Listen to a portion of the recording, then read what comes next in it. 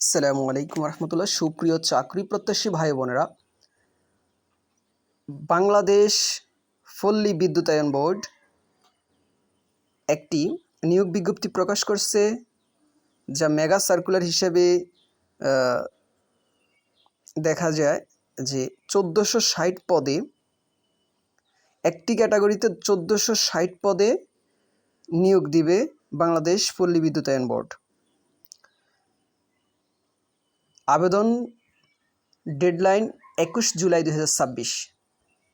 আবেদন শুরু 7 জুলাই 2026, শেষ 21 জুলাই 2026। আবেদন করা যাবে http://brebhr.teletalk.com.bd। তো বিস্তারিত দেখে নেওয়া যাক।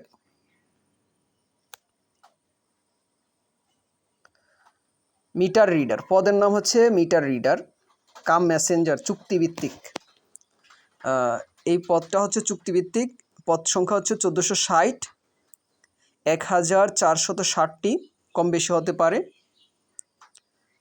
বয়সসীমা 21/7/2026 তারিখে 18 বছর হতে অনূর্ধ্ব 25 বছর মধ্যে হতে হবে।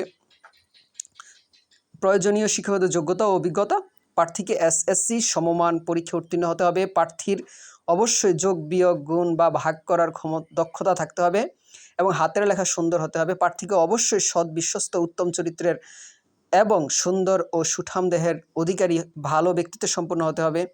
গ্রামগঞ্জের প্রত্যন্ত এলাকায় গিয়ে মিটার রিডিং গ্রহণ এবং বিল বিতরণের মানসিকতা থাকতে হবে এবং ফবিস পল্লী বিদ্যুতায়ন সমিতি এর লক্ষ্য ও কর্মসূচি সম্পর্কে গ্রাহককে অবহিত করতে হবে।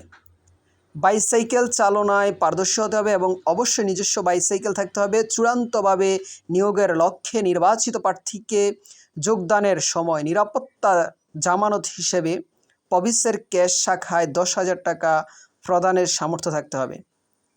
পবিস বেতন কাঠামো 2016 অনুযায়ী নির্ধারিত বেতন। পবিস বেতন কাঠামো 2016 অনুযায়ী 14,700 টাকা।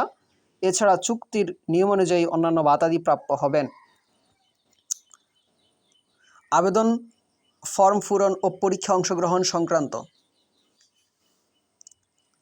এই নিয়োগটি চুক্তিভিত্তিক একটি নিয়োগ, যার বিপরীতে যে সকল প্রার্থী আবেদন করছেন তাদের আবেদন বহাল থাকবে। এটা কিছুদিন আগে 2025 সালে 14 মে 2025 সালের থেকে 15 মে 2025 সাল দৈনিক আমার দেশ ও ঢাকা ট্রিবিউন পত্রিকায় একটি নিয়োগ বিজ্ঞপ্তি প্রকাশ হয়েছিল। এই পদেই মিটার রিডার কাম মেসেঞ্জার, চুক্তিভিত্তিক। যারা আবেদন করেছেন ইতিপূর্বে তারা আবেদন করার প্রয়োজন নেই। তাদের পরীক্ষা এই পরীক্ষার সাথেই হবে। অনলাইনে আবেদনের ক্ষেত্রে পরীক্ষার ফি বাবদ 200 টাকা, টেলিটক সার্ভিস চার্জ বাবদ 23 টাকা সহ অপেরোধযোগ্য 223 টাকা টেলিটক এর প্রিপেইড নাম্বার থেকে SMS এর মাধ্যমে প্রদান করতে হবে। 21/7/2026 তারিখে প্রার্থীর বয়সসীমা বিজ্ঞপ্তির 4 নং কলামের বর্ণনা অনুযায়ী হতে হবে।